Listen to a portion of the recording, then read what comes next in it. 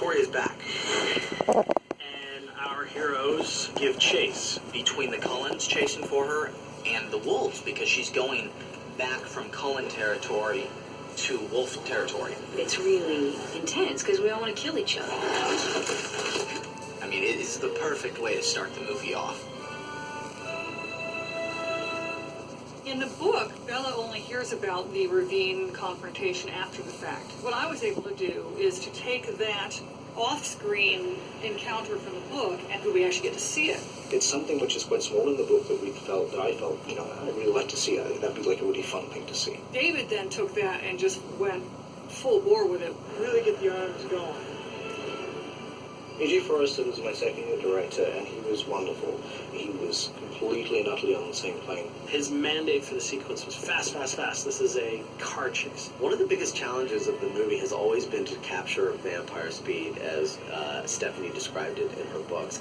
David came up with this idea, we call it the magic carpet. It's like a 4-foot wide piece that we towed on a computerized winch that just hauled people along. And you've got your actors literally running at full speed, but everything's whizzing by, all the trees in the background. So it's kind of like that thing when you're at the airport and someone's on the walkway alongside of you and they're walking, but they're going faster than you. It's that same thing. So long as you're not seeing their feet, it feels like they're actually going very fast. But in fact, they're going as fast as humans can. Plus the 30 or 40 clicks that the pickup truck is adding to what they're doing.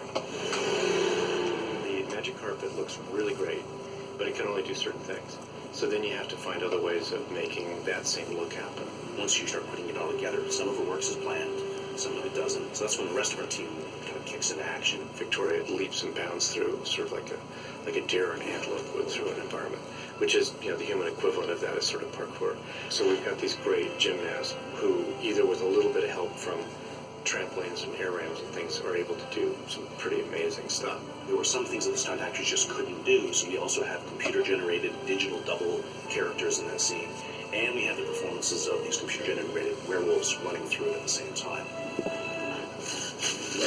The ravine was just hard to figure out what we were doing. The guys from Image Engine came up with a very simple way of scanning environments. So they would go back to these places in the woods and sort of do a video scan of the location and then bring it into previs and run around on it. For sequences that involve visual effects, you want to hand it off to a previs artist, because what you're trying to do is sort of look at the shots you're going to need that will have a wolf in them later and make sure that that's what you shoot on the day when you don't have the wolf there. We use pre-visualization to literally conceive how to shoot the plates in general and how to shoot the elements resulting from those plates. Then do a post-vid process on those plates and animate CG characters in the scenes, and that would give us the data that we needed to know to then go to the green screen stage. So then when we're on set filming the green screen footage, they actually had a mini little cut already sliced together. They could use that to try and block out the green screen angles to see how the character was going to move through the scene. And that's how we went about shooting all that footage. And then those elements are again taken back into CG and projected into what we're calling a digital magic carpet, where we're actually animating the elements in 3D space that then end up getting composited into the show. By using pre-visualization, it allows you to know exactly what you're going into a remote location to shoot, and you literally just don't have time to waste. So it's all about efficiencies, really. Action! The watchword on this was to try to be superhuman, not supernatural, in order to try to keep it interesting to look at. Just wanted to try and do something fresh and different on this that would at the same time you would accept. The ravine chase is something that in its totality is really something that we're pretty proud of. We really touched on almost every technique used in computer graphics to effectively execute on that sequence. So for the first time in the movies, we're really seeing vampires run through the woods at a speed that is impossible to sort of accomplish with real performers. It's going to, I think, be a pretty fantastic sequence.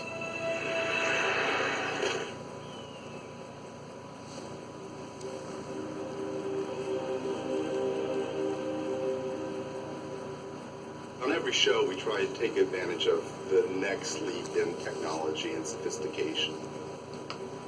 Usually the first model is basically our beta testing things, so we're working out all of the issues, mostly in terms of look and dynamics. The trick, of course, was to take the version of what we had on New Moon and turn it into the next version on it. I'm Phil Tippett, and I'm a visual effects supervisor and Wolf Wrangler.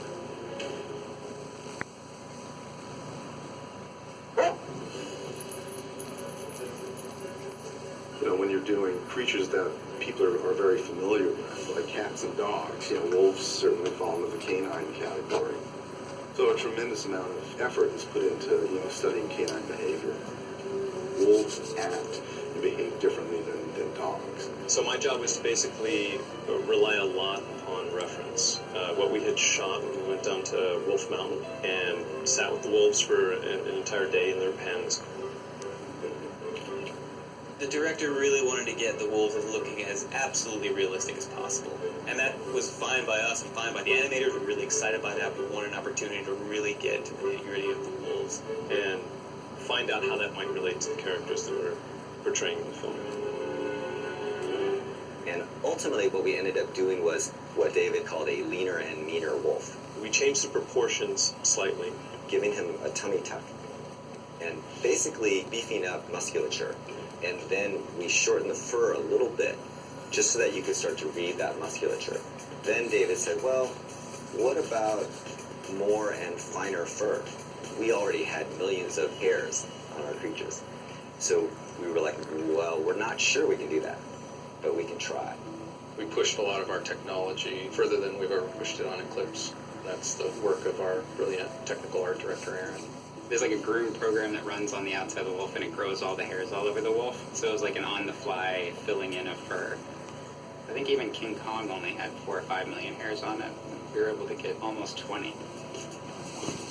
The new wolves are Seth and Leia and Quill. Quill is sort of just another member of the pack. He's very similar to the other guys that we've already seen in the last movie. Seth is a much smaller, younger wolf than everybody else. So his wolf has a different set of markings. He's a lighter tan-colored wolf.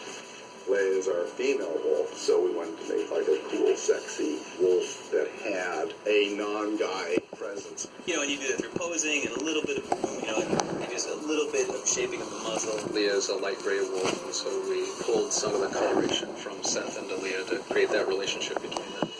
I read this script, and I was like, wow, we're at war. This is going to be the best. I'm going to be like, Jet Li in this movie. Oh, wait. Whenever I do anything cool or anything action,